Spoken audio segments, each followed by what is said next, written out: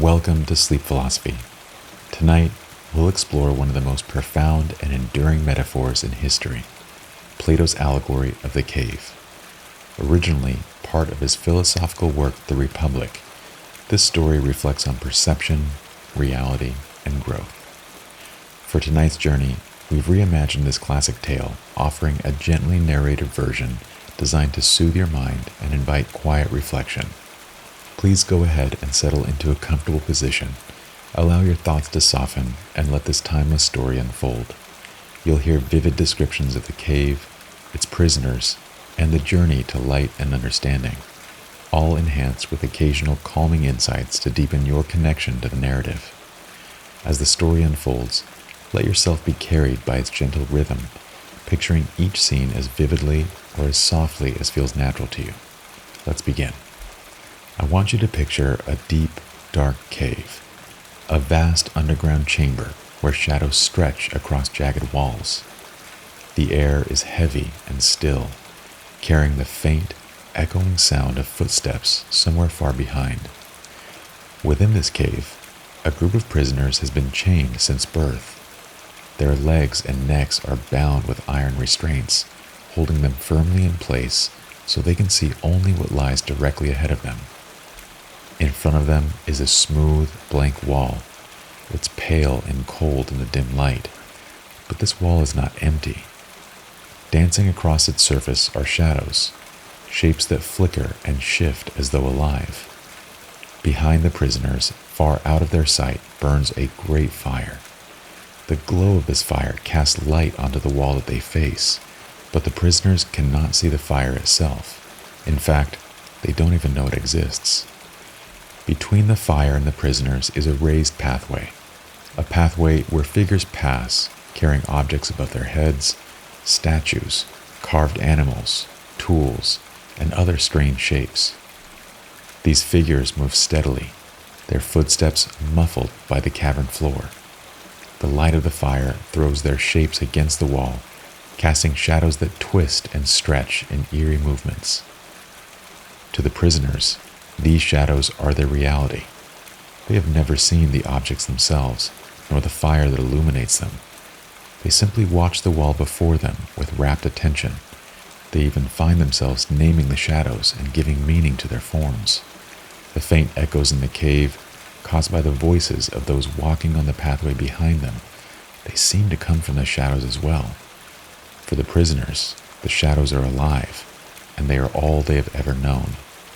Let's go ahead and pause here for a moment. This scene offers a quiet reflection on how we perceive the world. Like the prisoners, we often understand our reality through what is most immediate to us. Shadows on a wall, reflections of something greater we cannot see yet. As you think on this, let's move deeper into the story. The prisoners sit in silence. Day after day, they watch the shadows. They've grown so familiar with these shapes that they can recognize them immediately. They point to the long, twisting shadow of a statue and call it a snake.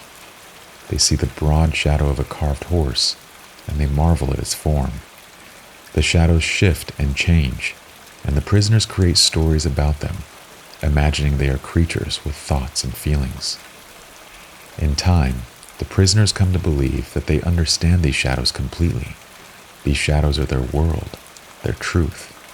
What lies behind them, the fire, the objects, the people, the pathway, all remains unknown, a mystery they have never considered, for they are mysteries they have never seen.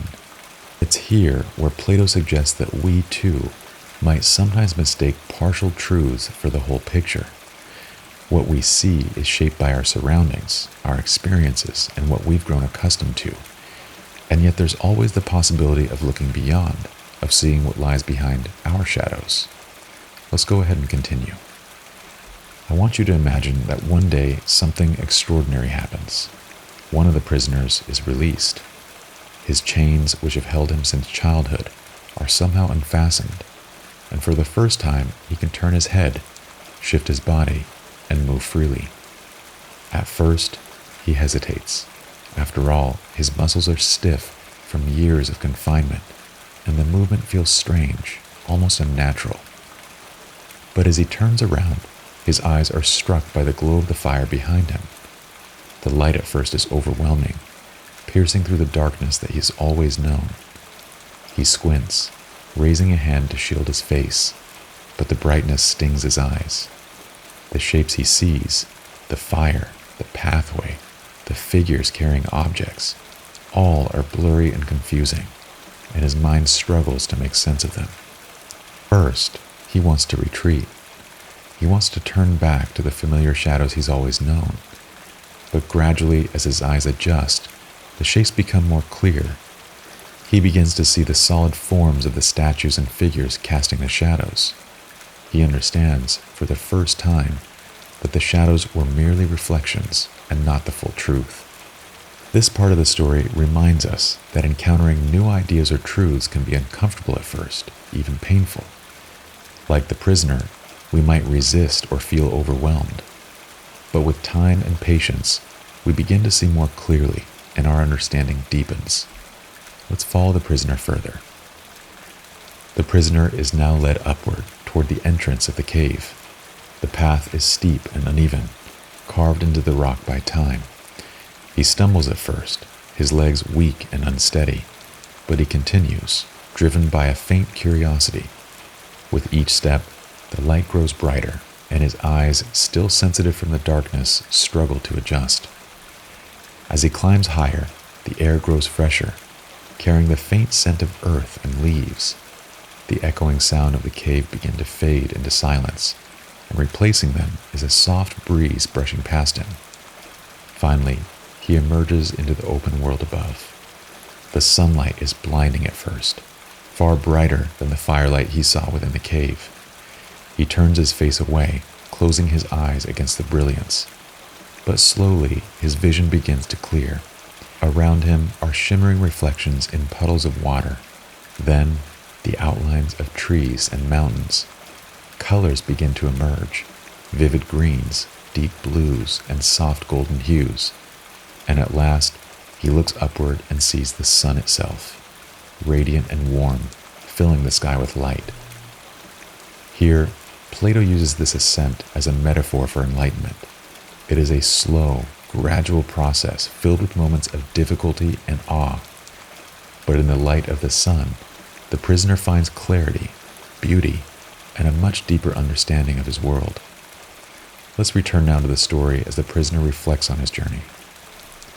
Standing in the sunlight, the prisoner takes in the world around him. The sun feels warm on his face, and its light reveals details he had never imagined. The fine texture of leaves on a tree, the gentle ripples in a pond, the way shadows move naturally with the passage of time. He realizes that this light, the light of the sun, is the source of everything he now sees. It illuminates the world, it nourishes the plants, and this light brings life to all living things. In Plato's metaphor, the sun represents the ultimate truth, the source of understanding and goodness that gives meaning to everything else.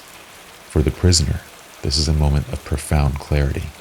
What he once knew in the cave feels distant and unreal, a shadow of the vibrant world now before him. This is a moment that reminds us there is always a source of light in our lives, something that guides us and brings clarity to what we see and understand. The journey to this light may be challenging, but its warmth and truth make the effort worthwhile. Let's go ahead and follow the prisoner now as he decides to return to the cave. Though he has found peace and clarity in the world above, the prisoner feels a sense of responsibility for those still in the cave. He remembers their world, the shadows they believe to be real, and he wants to share with them the truth he has discovered. He begins a descent back into the cave. The path feels darker now, and his eyes, accustomed to the brightness of the sun, struggle to adjust to the dim light. The air grows heavy again, carrying the echoes of footsteps and faint murmurs. When he reaches the bottom, the familiar sight of the shadows greet him, but they no longer hold the same meaning. They no longer hold any meaning.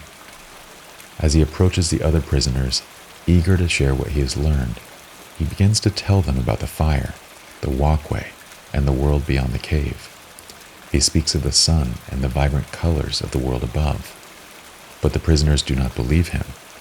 To them, His words are strange and nonsensical. How could there be anything beyond the shadows that they see right in front of them? Some prisoners begin to laugh, mocking him for his outlandish ideas. Others grow angry, insisting that the shadows are their only reality. They accuse him of being confused or delusional. Over time, the prisoner begins to realize that they cannot see what he sees, not because they are incapable, but because they are not yet ready to look beyond their own reality. It's within this part of the story where we reflect to the challenges of sharing knowledge and truth. It's this moment that reminds us understanding is a deeply personal journey, and not everyone is ready to take the same steps at the same time. Yet, we can see that the act of sharing itself is an expression of compassion and hope. Let's bring the story to its conclusion. The allegory of the cave is a journey from darkness to light, from illusion to truth. It reminds us that growth often begins with discomfort, and understanding unfolds gradually, like the dawn of a new day. It also teaches us the importance of patience and compassion, both for ourselves and for others. As you relax into rest, imagine yourself standing in the warmth of the sun, its light illuminating everything around you. Let its warmth bring you peace, its light guide your thoughts, and its clarity inspire your dreams. Tonight, as you drift into sleep, let the gentle wisdom of this story stay with you. There is no need to rush. Every journey unfolds in its own time, and every step brings you closer to light and understanding. Thank you for joining me on Sleep Philosophy. May this story bring you comfort and peace. Good night.